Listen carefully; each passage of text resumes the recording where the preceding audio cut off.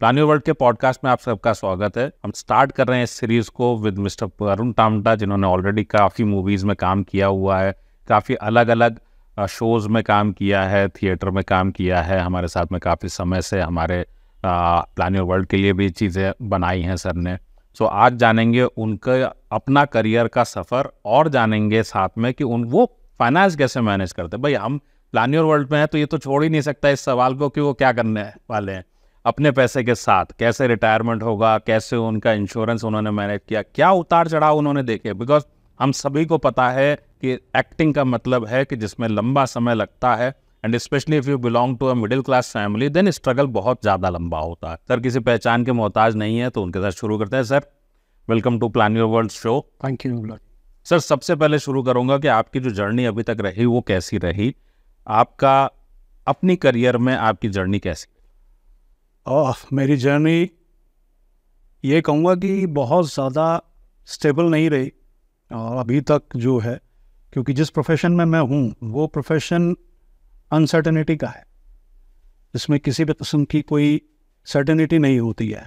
जो भी लोग इस पॉडकास्ट को देख रहे होंगे उनमें से कुछ एक्टर्स भी होंगे, वो ये समझ पा रहे होंगे इस चीज़ को बहुत अच्छे तरीके से कि इसको कैसे हैंडल करना पड़ता है।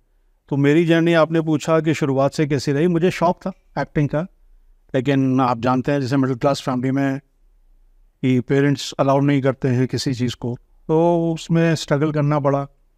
मेरी माँ ने बहुत सपोर्ट किया, फादर चाहते थे कि मैं डॉक्टर बनूँ, तमाम जैसे होता है घरों में मिडिल क्लास फैमिली से। तो फाइनली ग्रेजुएशन कंप्लीट किया, नाटक के तरफ आगे बढ़े घर से डरते हुए। माँ का सपोर्ट था, किया, नाटक किए, फिर अच्छा लगने लगा, मज़ा आया, थिएटर के बारे में जानकारी हुई। क्योंकि जब मैं छोटा था तो मुझे तो थिएटर का टीवी नहीं मालूम था क्या होता है, तमाम चीज़ें वहाँ जाने के बाद समझ में आई। फिर वहाँ से नाटक करना शुरू किया, फिर अच्छे लोगों के साथ फिर नेशनल स्कूल ऑफ ड्रामा की एक वर्कशॉप हुई जिसको मैंने अटेंड किया। वहाँ से मेरी आंखें खुली कि एक्चुअली में एक्टिंग होती क्या है। फिर सीरियसली लेना शुरू किया मैंने, तब मुझे लगा कि मुझे इसको प्रोफेशन बनाना चाहिए। फिर करते करते करते करते करते 20-25 साल बीते थिएटर करते करते। उसके बाद फिर एक दौर ऐसा आया जब दूरदर्शन से वाकिफ़ हुए, तो दूरदर्शन में हमें काम मिलना शुरू हुआ। वो भी दूरदर्शन आप जानते हैं कि आजकल की तरह नहीं, वो बहुत लिमिटेड टाइम के लिए स्लॉट्स मिलते थे और लिमिटेड टाइम में लिमिटेड प्रोग्राम्स होते थे। तो उसी में हम लोगों को, मुझे याद है अच्छी तरह कि नए साल का एक प्रोग्राम हमको मिला था जिसमें स्क्रिप्टिंग भी हमें करनी थी, डायरेक्शन भी हमें करना था और एक्टिंग भी हमें करनी थी। तो मेरी एक टीम है जो साथ में स्ट्रगल कर रहे थे उन दिनों में। तो उसमें एक लड़का डायरेक्टर बना, एक ने राइटिंग की, और मैं तो बतौर एक्टर काम करता था तो मैंने उसमें एक्टिंग किया।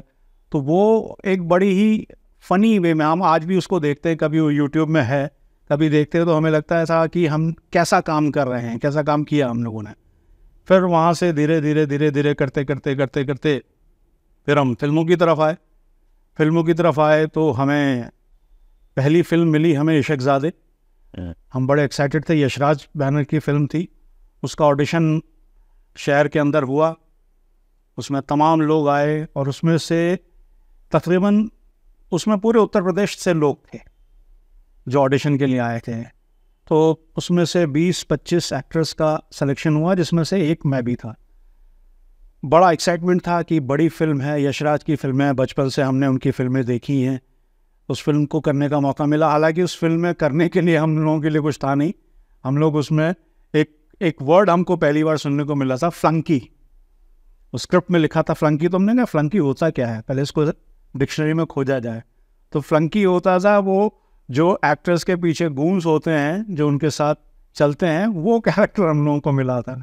हालांकि एक्साइटमेंट था, कुछ करना था। मुझे जो करना था वो सबसे बेहतर था कि मैं समझना चाहता था कि कैमरा को कैसे फेस किया जाता है, जो फिल्म का जो पूरा एक बैकग्राउंड होता है जब फिल्म बनती है।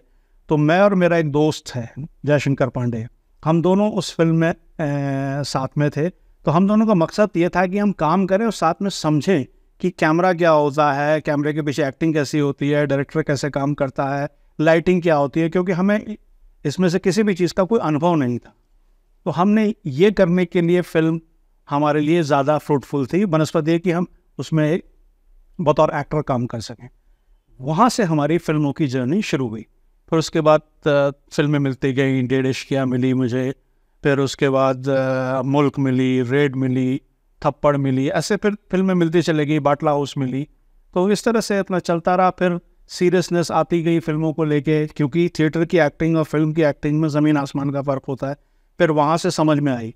तो मैं ये कहना चाहता हूँ कि मैंने जो भी कुछ किया है, मैंने अपने दम पर अपने आप से सीखने की कोशिश की।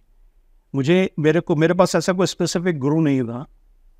मेरा फील्ड ही मेरा गुरु था। जब मैं उतरता था मैदान में तो मैं ऑब्जर्व करता था। मेरी एक आदत है कि मैं ऑब्जर्वेशन मेरा बहुत स्ट्रांग रहता था। मैं सीखता था चीज़ों को कि कैसे समझा जाए।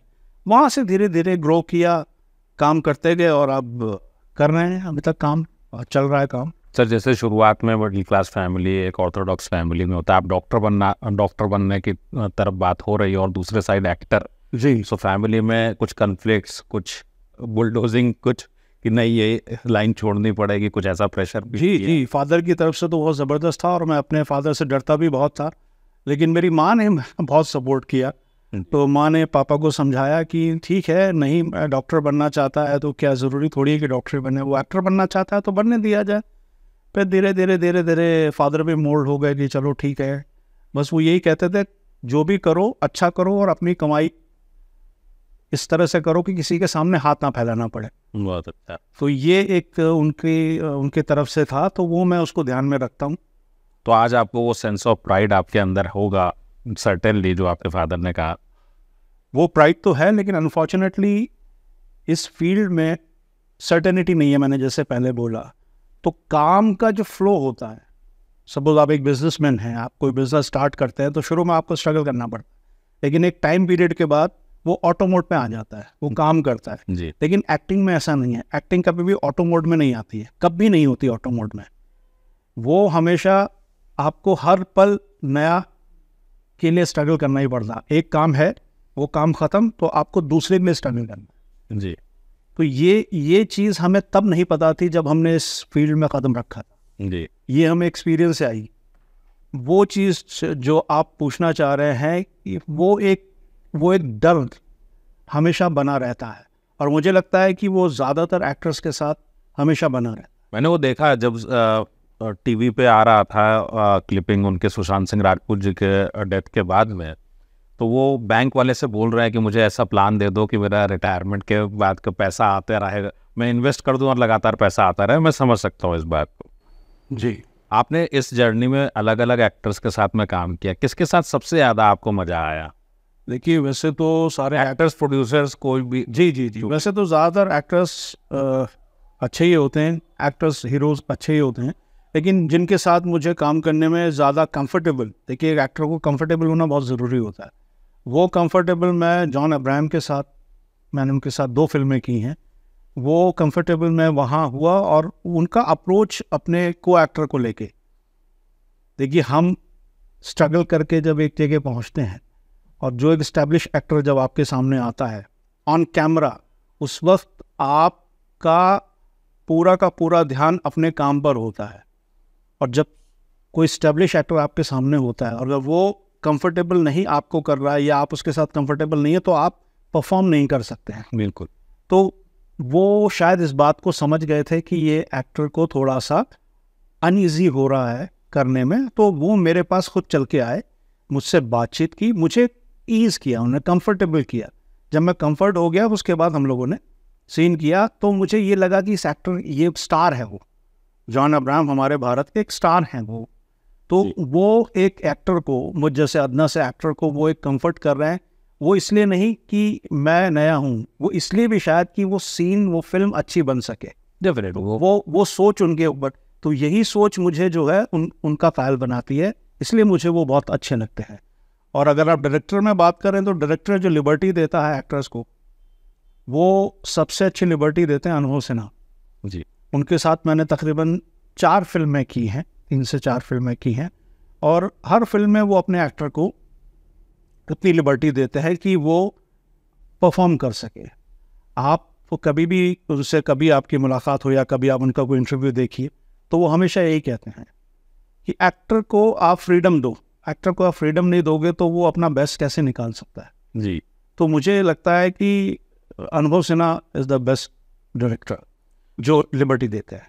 अच्छा, आपने तो जैसे 20-25 साल आपने स्पेंड किया, आपका इतना लंबा एक्सपीरियंस रहा, सो जो न्यू कमर्स हैं, इन ये कौन सी ऐसी गलती करते हैं जो आप उनको बोलना चाहेंगे ये ना करें, जिससे जीवन के 4-5 साल बच जाएं? जी, सबसे पहले तो उनका ट्रेंड होना बहुत ज़रूरी है, क्योंकि आजकल मैंने देखा है जो 3 टायर सिटी से बच्चे आते हैं, ख़ास तौर से इस प्रोफेशन में, वो अपने शहर में जो भी उनके आसपास थिएटर होता है, नाटक होते हैं, वो 1-2 नाटक करा, 3 नाटक किया, वो फिर दौड़ते हैं बम्बई की तरफ। उनको लगता है, वो इम्प्रेस होते हैं ग्लैमर से जी। क्योंकि आजकल ग्लैमर जो है वो हमारे रीच में है, हमारे फ़ोन में हर चीज़ अवेलेबल है जी। तो वो उससे इंस्पायर होके वो कूद जाते हैं। जब वो कूदते हैं तो तब उन्हें समझ में आता है कि अभी हम कच्चे हैं, हमें कुछ सीखा नहीं है। पहली चीज़ तो है कि उन्हें ट्रेंड होना है, वो सीखें चीज़ों को। और दूसरा जो सबसे इम्पॉर्टेंट है, जो मुझे रियलाइज़ होता है, आपका फाइनेंशियल बैकग्राउंड बहुत स्ट्रांग होना चाहिए। जी। एटलीस्ट इतना तो होना चाहिए कि अगर आप ये मान के चलें, एक टारगेट मान के चलें कि मुझे 10 साल स्ट्रगल करना है, तो 10 साल का फाइनेंशियल बैकअप आपके घर पे होना चाहिए। जी। तो ये 2 चीज़ें सबसे ज़्यादा इम्पॉर्टेंट है। ये दूसरी जो मैं आपको बता रहा हूँ, ये मैं अपने अनुभव से बता रहा हूँ, फाइनेंशियल जो। ये जो आपके इस बात के पीछे एक दर्द भी है और एक सेंसिबल एक एक्सपीरियंस भी है। आपने इस अनसर्टेनिटी को, जो डिस्कम्फर्ट है, इसको कैसे हैंडल किया? इसको हैंडल करने के लिए मैंने अपने ही प्रोफेशन से रिलेटेड दूसरे काम को अप्रोच किया। ये बहुत अच्छी बात आप कह रहे हैं, ताकि वो अपने घर को चला सके। एग्जैक्ट। जैसे मेरा जो एक्सपीरियंस है थिएटर को लेके, ड्रामा को लेके, एक्टिंग को लेके, वो मैंने लोगों में डिस्ट्रीब्यूट करना शुरू किया। मतलब कि मैंने उसको पढ़ाना शुरू किया। तो मेरा एक प्रोग्राम चलता है जिसमें मैं हूँ, मेरे कई साथी और हैं, इन्वॉल्व हैं। हम लोग स्कूल में ड्रामा एजुकेशन देते हैं जी, जिससे हम अपना सोर्स ऑफ इनकम भी जनरेट कर पाते हैं और अपनी जो हमारा टैलेंट है, जो हमने सीखा है, वो हम डिलीवर भी करते हैं। तो अपने ही प्रोफेशन को हमने दूसरी तरफ भी डाइवर्ट किया। हमने ब्रांचेस खोल दी। मैं एक्टिंग भी करूँगा, क्योंकि एक्टिंग आपको हमेशा नहीं मिलती है, काम आपको हमेशा नहीं मिलता है। एक काम आज आपको आज मिला है, हो सकता है 6 महीने बाद मिले, हो सकता है 3-3 साल तक आपको वेट करना पड़े। तो इस गैप में आप क्या करेंगे? तो जो आपने सीखा है, तो आप उसकी दूसरी ब्रांच खोलिए। आप स्कूल में पढ़ाना शुरू करिए या अपना इंस्टीट्यूट खोलिए, ऐसे तमाम चीज़ें। तो हमने स्कूलों में जाकर अप्रोच किया उनको, वहाँ पर हम ड्रामा एजुकेशन देते हैं, सिखाते हैं, उससे हम रेवेन्यू जनरेट करके अपने घर को चलाते हैं।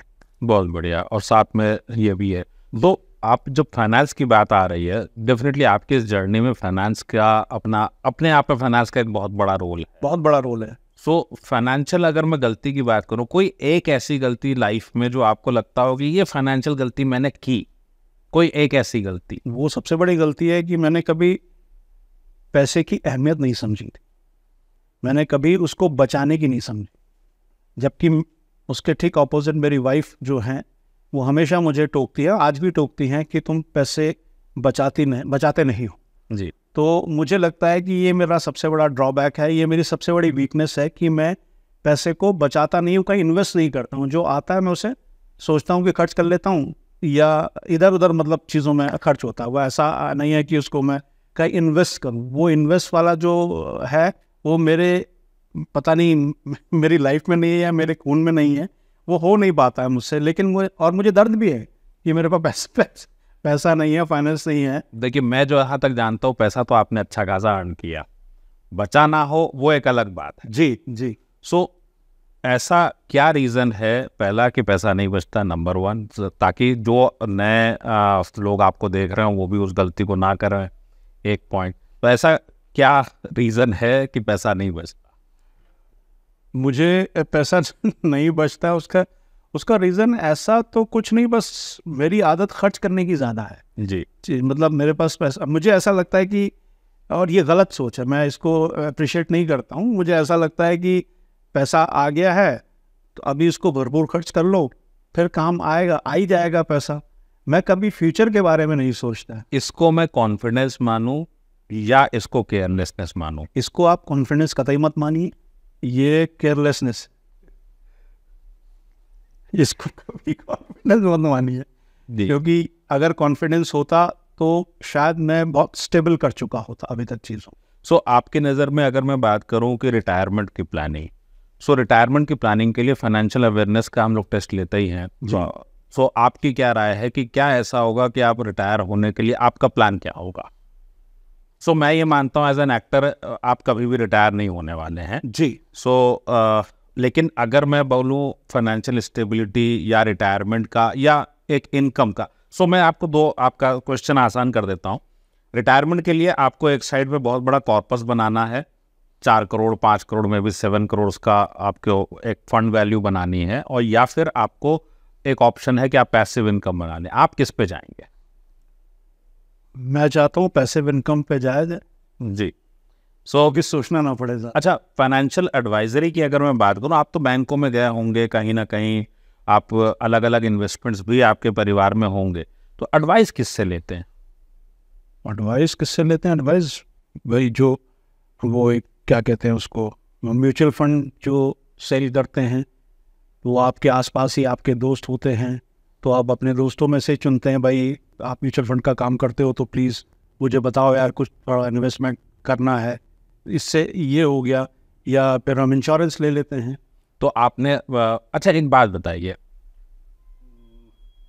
आपकी डॉटर है, आप उनको IIM भेजना चाहें तो कल को IIM भेजते हैं अगर, तो जब निकलेंगे तो उनको इंश्योरेंस का एजेंट या म्यूचुअल फंड का एजेंट बनाना चाहेंगे? नहीं।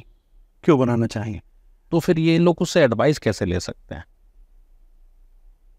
सवाल तो आपका दुरुस्त है कि एडवाइस कैसे लिया जा सकता है। तो मुझे लगता है कि तो फिर आप ही बताइए कि मतलब किससे मतलब क्या नहीं, या तो हम आपसे चेक करने बैठे हैं। पॉइंट इज कि जब एडवाइजरी की बात आती है तो how can we be so careless? मैं एग्जांपल देता हूँ। आप म्यूचुअल फंड में जो भी इन्वेस्टमेंट करते हैं, तो उन्होंने ये बोला कि हमें कुछ ज़्यादा मिलता नहीं है? वो अपनी पर्सनल बात तो ऐसे कुछ बताते नहीं है। आपको क्या लगता है कितने का लॉस होता है? आपके डेफिनेटली कुछ SIPs हैं आपकी म्यूचुअल फंड? जी। क्या पर्पस के लिए आपने किया है? पर्पस ये कि मेरा, जैसे मैंने बोला कि फाइनेंशियल बैकअप होना चाहिए। बैकअप होना, कभी इमरजेंसी में रिक्वायरमेंट हुई, या भाई एक टाइम ऐसा भी आएगा कि हम फिजिकली काम करने में अक्षम होंगे, नहीं कर पाएंगे, तो तब तो पैसा चाहिए ना एक टाइम के बाद। और जैसा हमारा फील्ड है, काम का कोई ठिकाना नहीं रहता। सर, तो क्या आपका कॉर्पस जो रिक्वायरमेंट है, मेरे कॉर्पस की जो रिक्वायरमेंट है, या किसी और के कॉर्पस की जो रिक्वायरमेंट है रिटायरमेंट की, वो क्या सेम होगी या अलग अलग होगी? अलग अलग होगी। फिर हम लोग बिना कस्टमाइज्ड प्लानिंग के कैसे उसको तय कर सकते हैं? तो ये हमें बताएगा कौन? क्योंकि सोसाइटी में तो सारे लोग अपने अपने तरीके से काम कर रहे हैं। तो दूसरा क्वेश्चन है मेरा, फिर एडवाइजर ढूंढा क्यों नहीं? क्योंकि इस तरफ कभी इसे फोकस ही नहीं किया कि ऐसा भी कुछ हो सकता है। अच्छा, सेफ इन्वेस्टमेंट आपकी नज़र में कौन से होते हैं? सेफ इन्वेस्टमेंट जो मुझे जहाँ तक पता है, एक FD हो गई जी, म्यूचुअल फंड हो गया, और पोस्ट ऑफिस। आप पहले हैं जो कह रहे हैं म्यूचुअल फंड सेफ है। मतलब मुझे तो ऐसा एहसास हो रहा है, मुझे सही तरीके से नहीं पता। किसान विकास पत्र हो गया, जो पोस्ट ऑफिस में जो होते हैं जी, बस यही 2-3 एक चीज़ें हमें पता है, इसके अलावा हम नहीं जानते। अच्छा, अगर मैं बात करूं सर इस पेन की, ये पेन वाटरमैन का है। अगर इस पेन को आज मान लीजिए हम इसको 5,000 का खरीद सकते हैं जी, और अगले साल इसकी वैल्यू घटेगी या बढ़ेगी? बढ़ेगी। FD में अगर इन्वेस्ट किया तो कितना नुकसान होगा या फ़ायदा होगा? नॉर्मली FD जो आप करते हैं वो 6 पॉइंट समथिंग, बीच में कुछ बड़ी थी, फिर 7.1 ले लीजिए, 7.1 ले लीजिए, तो आपको इतना प्रॉफिट होता है। बट अगर मुझे यही पेन खरीदना हो तो ये तो मान लीजिए 7% से ही बढ़ रहे, तो प्रॉफिट कहाँ है? बात तो सही है आपकी, तब तो इसके दाम बढ़ गए। प्रॉफिट होता ही नहीं है ना। अच्छा, पहली बार आपको सेफ इन्वेस्टमेंट के बारे में किसने बताया? बैंक ने? आपके घर में कोई ऐसा जो मिडिल क्लास से अपर क्लास पे गया हो और वो आपकी कोचिंग कर रहा हो कि आपको मैं बताता हूँ कैसे आप फाइनेंशियली फ्री हो सकते हैं? नहीं सर, किसने बताया है? किसी ने, टीवी ने बताया है, टीवी में ऐड आते हैं, वो म्यूचुअल फंड सही है और ये कर। नहीं, वो तो म्यूचुअल फंड, ये सेफ इन्वेस्टमेंट किसने बताया? आसपास के लोगों ने, साथियों ने या रिलेटिव्स ने, सब जो आपस अपना करते हो उसी तरह लोगों ने बताया। इसका एक ही उपाय है सर, आपको खुद पढ़ना पड़ेगा, उपाय दूसरा कोई है ही नहीं, क्योंकि एक बड़ा एडवाइजर आएगा ही नहीं। कि क्या लगता है SIP जब आप करते हो तो कितने का लॉस होता है ब्रोकरेज की वजह से आपको? नो आइडिया सर, रफली 20 to 25% of the fund value. क्या बात कर रहे हैं? हाँ, रिटायरमेंट का जो फंड वैल्यू अगर मान लीजिए 5 करोड़ करना है तो 5 करोड़ की जगह 3-3.5 करोड़ ही रहने वाला है अगर उसको हमने किसी एजेंट के जरिए किया है तो, और अगर खुद किया है तो इतना फ़र्क है। तो आपको लगता है कि इसको पढ़ना चाहिए? नहीं, इस लिहाज से तो पढ़ना चाहिए। मैं आपको ये बता रहा था ना कि मैं एक जगह जब वर्कशॉप कर रहा था, वर्कशॉप के बाद कुछ बच्चों को ये लगा कि मुझसे कुछ जानकारी चाहिए उन्हें अभिनय से संबंधित जी। तो वो मेरे घर पहुंच गए। घर आए तो मैंने उनसे बातचीत की, मैंने उनसे पूछा कि बताइए क्या पूछना चाहते हैं, क्या समझना चाहते हैं। बोले सर हम एक्टर बनना चाहते हैं, हम बॉम्बे जाना चाहते हैं। उन्होंने सबसे पीछे ही कहा। मैंने कहा अच्छा, उसके लिए सबसे पहले क्या ज़रूरी है? बोले एक्टिंग। मैंने कहा आपने कहाँ किया है? कहने लगे कहीं नहीं किया, बस आपकी वर्कशॉप की है। मैंने कहा आपको लगता है आप 8 दिन की वर्कशॉप में आप अच्छे एक्टर बन जाएंगे? कुछ चुप हो गए, कुछ बोले नहीं। फिर मैंने बोला देखिए आपको कम से कम 5 साल तो थिएटर पे देना चाहिए, एटलीस्ट 5 साल तो दीजिए कम से कम समझने के लिए। कहने लगे थोड़ा एक्साइटमेंट में आया, ऐसा ठीक है मुझे बताइए किस ग्रुप के साथ करना चाहिए। मैंने कहा मैं बता दूंगा आपको किसके साथ आप काम करिए। सारी बातें हो गई, बड़े खुश हो गए, कह रहे ठीक है सर हम करेंगे, जोश आ गया। तो मैंने कहा दूसरी इंपॉर्टेंट बात समझ लीजिए। मैंने कहा दूसरी इंपॉर्टेंट बात यह है कि आपका फाइनेंशियल बैकग्राउंड कैसा है जी। आपके पेरेंट्स क्या करते हैं? किसी ने बोला प्राइवेट जॉब में है, किसी ने बोला गवर्नमेंट जॉब में है, किसी ने बोला मेरे फादर की दुकान है, ऐसे तमाम। तो मैंने कहा वो आप पर कितना इन्वेस्ट कर सकते हैं? जी। बोले इन्वेस्ट कर सकते हैं मतलब क्या सर? मैंने कहा ये कि अगर आप 5 साल थिएटर करने के बाद बम्बई गए तो आप स्ट्रगल ही करेंगे, कुछ खाएंगे भी या रहेंगे भी कहीं पे? तो उन्होंने कहा रहेंगे क्यों नहीं। मैंने कहा उसका किराया कौन देगा? बोले वो हम देंगे। मैंने कहाँ से दो? बोले घर से देंगे। मैंने कहा आप ये सवाल अपने माँ बाप से पूछिए, क्या वो 10 साल का खर्चा आपका उठाने को तैयार हैं? अब ये बात उनके लिए बिल्कुल आउट ऑफ द बॉक्स थी, इस एंगल से तो सोचा ही नहीं था उन्होंने। सही बात। तब उनको मुझे जब मैं उनको देख रहा था तो मुझे लगा ये थोड़ा डिमोटिवेट हो रहा है। तो मैंने कहा इसमें डिमोटिवेट होने की ज़रूरत नहीं है, ये फैक्ट है भाई। 10 प्लानिंग का पार्ट है, प्लानिंग का पार्ट है। अगर आप 10 साल तक अगर आप काम नहीं मिला आपको, और फैक्ट है नहीं मिलता है। हमारे नवाजुद्दीन सिद्दीकी 2000 में गए थे, 2000 में जाने के बाद एक एक सीन मिलता था। सरफरोश में एक छोटा सा सीन था, MBBS मुन्ना भाई MBBS में एक छोटा सा सीन था। वो अब रिकग्नाइज करते हैं लोग, क्योंकि जब वो स्टैब्लिश एक्टर हो एग्जैक्टली आप सक्सेसफुल होते हैं तो आपकी कहानी सुनने के लिए लोग होते हैं। तो पीछे का जो 10 साल है, 15 साल, 20 साल है, वो तो आपने देखा ही नहीं ना उसने कैसे बिताया, कैसे खाया, कैसे पिया। बिल्कुल बिल्कुल। तो ये चीज़ अगर आपकी स्ट्रांग नहीं है, आपका फाइनेंशियल बैकग्राउंड स्ट्रांग नहीं है, तो आप कतई मत जाइएगा। मैंने लोगों को वापस आते देखा है, इस ट्रेन से जाते हैं और अगले साल उसी ट्रेन से वापस आ जाते हैं। क्यों? क्योंकि वो पैसा उनके पास होता नहीं है। तो ऐसे पेरेंट्स जिनके बच्चे एक्टिंग में जाना चाहते हैं उनको एजुकेशन प्लानिंग की जगह सेटलमेंट प्लानिंग करनी बहुत ज़रूरी है, बहुत ज़रूरी है। तो इसमें सेफ्टी वाले इन्वेस्टमेंट चाहिए या इसमें वैसा इन्वेस्टमेंट चाहिए जो आपके बच्चे को सेटल कराए? जो सेटल करा। तो सेफ्टी किस में है सर? पैसा सुरक्षित रखने का, वो भी फॉल्स सेफ्टी, या बच्चे का सेटलमेंट? बच्चे का सेटलमेंट होना ज़रूरी है, सेफ्टी से क्या होगा? तो जो सुन रहे हैं उनके लिए बहुत बड़ा मैसेज है कि सेफ्टी, फॉल्स सेफ्टी ना ढूंढे, बच्चे का सेटलमेंट ज़्यादा इम्पॉर्टेंट है किसी प्लान की तुलना में। सर थोड़ा सा विचलित करने वाला सवाल होगा, आप रिटायरमेंट का कितना कॉर्पस होगा, कितना पैसा आप इकट्ठा करेंगे जिससे आपका रिटायरमेंट संभव है? मैं कैलकुलेटर ले लेता हूँ जी। अभी क्या एज है सर? अभी एज है मेरी 54। मैं आपको दिखाता हूँ। 54 की आपकी एज है, कितना पैसा होगा तो रिटायरमेंट हो जाएगा सर? और पैसा तो ऐसा है कि वो जितना भी हो, आपकी फीलिंग क्या कहती है? मेरी फीलिंग कहती है कम से कम 10-20 करोड़ रुपए तो होना चाहिए। और कितने साल के अंदर सर? अगले अगले 6-7 साल में। अगले 6-7 साल में? Is it possible? नहीं। नहीं। फिर रीजनेबली हम कितना पैसा सोचते हैं जिससे हमारा घर चलता है? रीजनली कम से कम 2-3 करोड़ रुपए तो 2-3 करोड़ होने चाहिए। सो आपका कितना खर्चा आप मान के चलेंगे कि अभी आपका महीने का होगा? सो हम 6 साल में 54 की एज है, 6 साल में हम रिटायरमेंट की बात करते हैं, और खर्चा लगभग कितना होगा आपका? महीने का खर्चा जो अभी है इस वक्त है वो 50 से 60 हज़ार रुपये। सो बेयर मिनिमम इतना है। बेयर मिनिमम 50 to 60 में 50,000 ही ले लेता हूँ। रिटायरमेंट की बात आती है तो कई बार सब कहते हैं खर्चा कम कर लो। सो अगर मैं आपसे कहूँ कि ये 2 करोड़ रुपए आपके ख़त्म हो जाएंगे सिर्फ और सिर्फ 77 की उम्र तक, तो क्या ये चलेगा? जब आप SIP करते हो क्या ये बात कोई बताता है? कोई नहीं बताता। कोई बताएगा? अभी तक तो नहीं बताया सर। जब तक खुद नहीं पढ़ेंगे कोई नहीं बताएगा। ये बात बिल्कुल क्लियर है। आपको इस जीवन में फाइनेंशियल एडवाइज़र नहीं मिल सकता, आपको खुद ही पढ़ना पड़ेगा, और इंडिया में सबको पढ़ना पड़ेगा। मतलब फाइनेंस भी पढ़े? सर लगता है क्या है, हमें सब गलत सिखाया गया, हमको बस उसी को तो जानना है। कितना समय लगता है फाइनेंस जानने में? बेसिक अंडरस्टैंडिंग डेवलप करने में अगर मैं आपसे कहूँ 6 घंटा, बस 6 आवर्स। आप जो सेव करते हो, जो इन्वेस्ट करते हो, उसी की ज़्यादा मैच्योरिटी मिले तो कोई प्रॉब्लम नहीं। सर अच्छा एक बात बताइए, कोई भी बैंकर, एडवाइज़र, एजेंट आपको रिटायर करने में, अच्छे रिटायरमेंट में इंटरेस्टेड है या अपना प्लान सेल करने में?